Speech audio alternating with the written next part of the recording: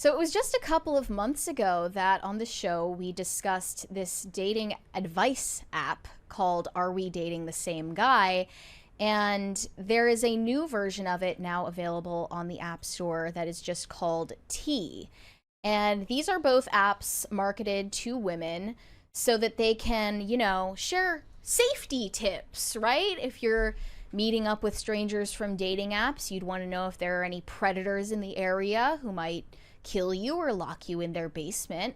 But in reality, these apps are used to spread gossip, destroy reputations, and ruin lives. So these women are sharing information about, is this guy good in bed? Is he cheap on dates? Is he funny? Does he have bad breath? Is he lying about his height on Hinge? All of the normal gossip that you would expect. None of it has anything to do with whether he is a safe individual to be around. And we actually have a sex offender registry for that purpose. So this isn't really fulfilling any demand except for shit talking. T is now the #1 app on the App Store. It's a women-only app where users anonymously share info and warnings about men to spot red flags and get feedback. And when you go to the T website, it says dating safety tools that protect women. So you can find verified green flag men. You can run background checks. That part is probably useful. See if someone is married or if they have any criminal charges. Identify potential catfish. Verify he's not a sex offender.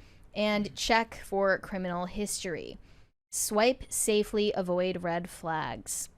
So they're saying in this tagline, navigating the modern dating scene can be daunting and scary, but with T, you're never alone. Join a community of over 1.6 million women dedicated to empowering each other and get access to a suite of dating tools made just for the FBI girlies.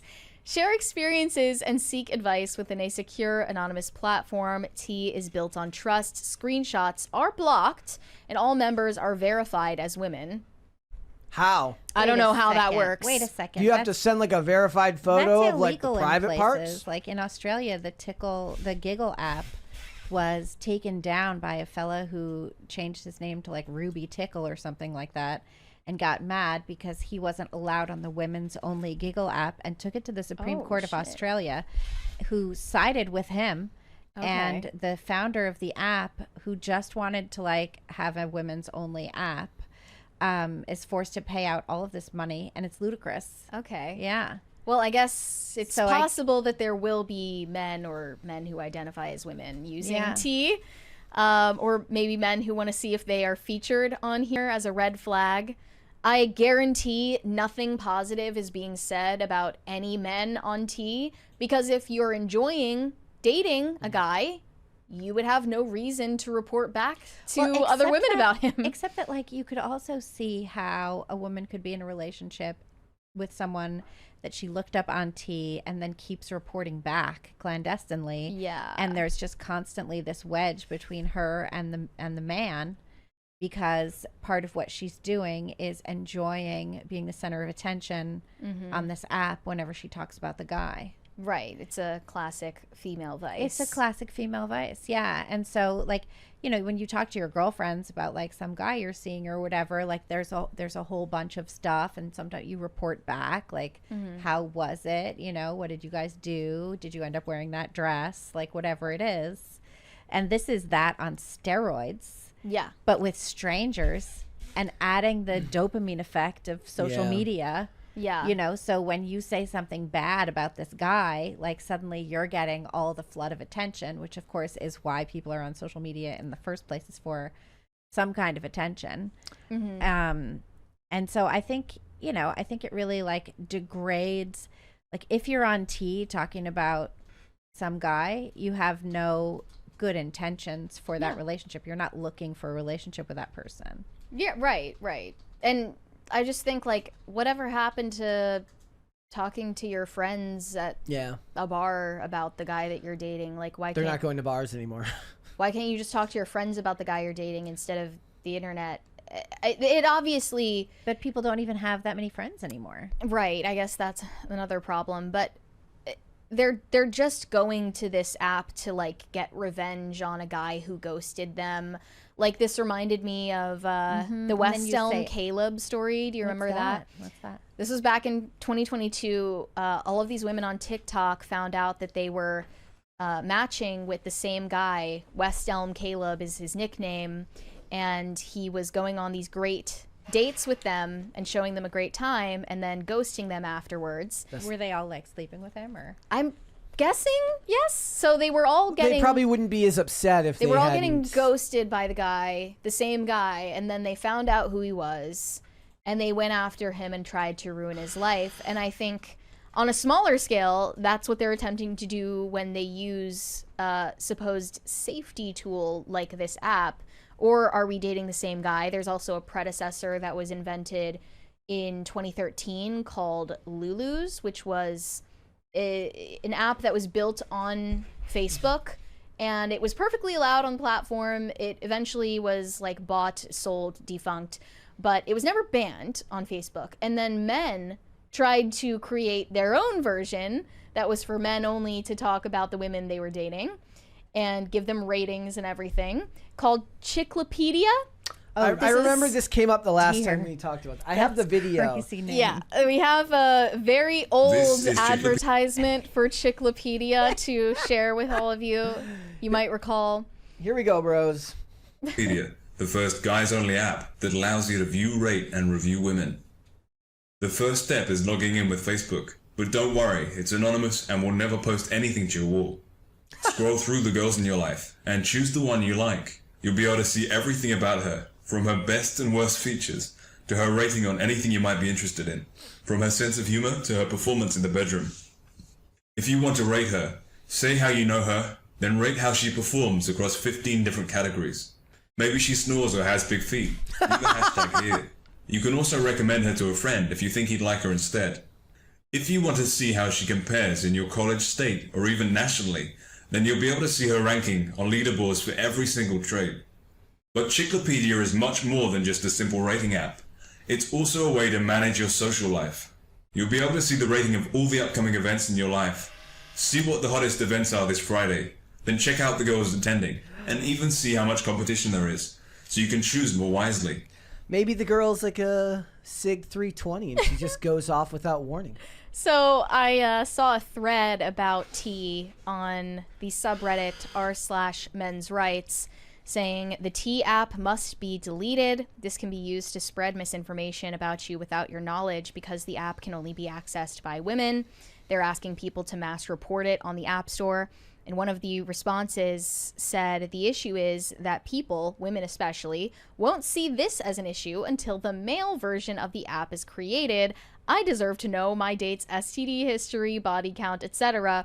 And that is true because Chiclopedia was promptly banned on Facebook. Really, it was banned? And Lulu, the female version, was allowed to keep going. So that's actually proven. I like this one that said this is straight up this is about T. Said this is straight up demonic. Absolutely no one should be allowed to create public profiles about you to crowdsource your deeply personal information and dating history. Yeah, it seems like everybody's going to crowdsourcing rather than talking to their friends. They're like, I can find a much richer data set if I just commiserate with other people on the internet. And even if you're a woman who's not on the T app or Are We Dating the Same Guy app, there is now a convention of running to TikTok to tell your dating horror stories. I hate this because then you're on a date and you're just like counting up the things that you're going to say later, you know, on the app or during whatever. my Get Ready With Me video. I hate that. Which will make me hate it even more if it's a Get or Ready even With Me worse, video. a lot of women who make dating content on TikTok,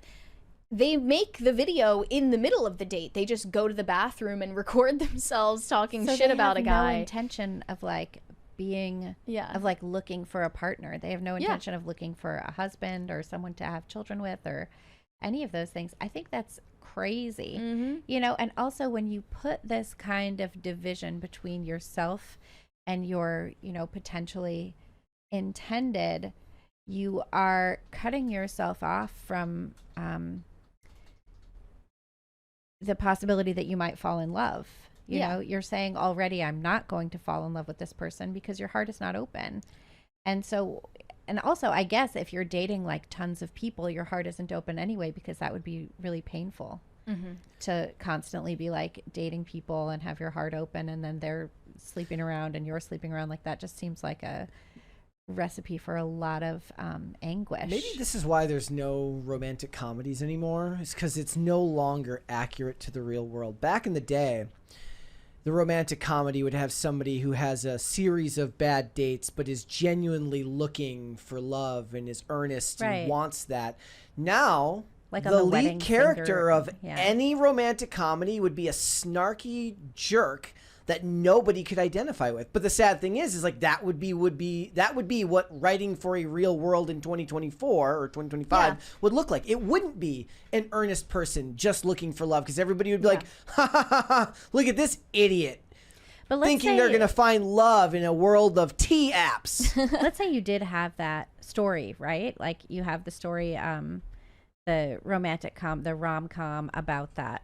You would have like this girl in the bathroom, right? You'd open with the girl in the bathroom spilling her guts on TikTok about her date. She'd go out. He would have watched it. You know, you do like all this stuff. But the only way that that would work, that the romance story would work, and it would be a successful romance story, is if, you know, the guy was, because obviously it would have to be female centered, because that's just how things are at this point in that genre. But the guy would have to find her so captivating and have so much confidence himself that he breaks down those barriers. And like, why would you? Why would you? Hampered from the beginning, because a big part of a movie is like you have to, if not identify with a character, you have to at least find them likable early on in the movie. Otherwise, it loses you. Like the first thing that loses that's the issue. That's what I'm saying. Like, why would a guy ever want to break down a barrier like that? Why wouldn't you just move on? Yeah, I mean that's already been shown in movies before with snarky women that men are just in love with, and everyone's like, why? Like, why? Just what is it? on. Like one of the things working, and I loved Superman, I did, but one of the things working against Lois was that they were portraying her as kind of annoying in her interview with Clark. Even though it's accurate to the character, even though she's doing her job as a journalist, she's snarky and annoying. And I think they did the smartest thing they could do, which was to release those clips early to kind of inoculate you from how annoying she was in the beginning. Like, since you saw it beforehand, you're like, okay, I see this coming. But after that, I've been like, I hope Lex Luthor just blows her up with a space laser. I hope she falls into a pocket universe. There are so many reasons why people aren't pairing up as much as they used to, and like it's not just an online perception. That is actually the case. In the numbers, you can see that people are pairing up less and getting married less. But one of the big reasons that people, I think, don't talk about enough is the people who complain the most about being single are oftentimes people who just don't want to be in relationships. Like they say that they want it, but they don't actually want it. They don't want all of the obligations that come with it, the sacrifices, being interested in someone other than themselves, not being selfish anymore. Because it is sacrifice. It is work. And they think that the idea of having to work for a relationship means that they're not being given everything that they're entitled to. Yep. What was I saying earlier? I was like, yeah, like women these days, they're just bending over backwards to forgive themselves for everything. Maybe as a society, both men and women would be a little bit happy, or like society would be a little bit better if we didn't forgive ourselves so quickly for our shortcomings. Maybe a little bit of self-loathing isn't a bad thing because it leads you to introspection. Well, yeah, because that's shame. Yep. Yeah. Thanks for watching. Listen to full episodes of Pop Culture Crisis on Spotify. Keep up with us on social media and make sure you subscribe and ring that bell so you never miss the show. Bye, guys.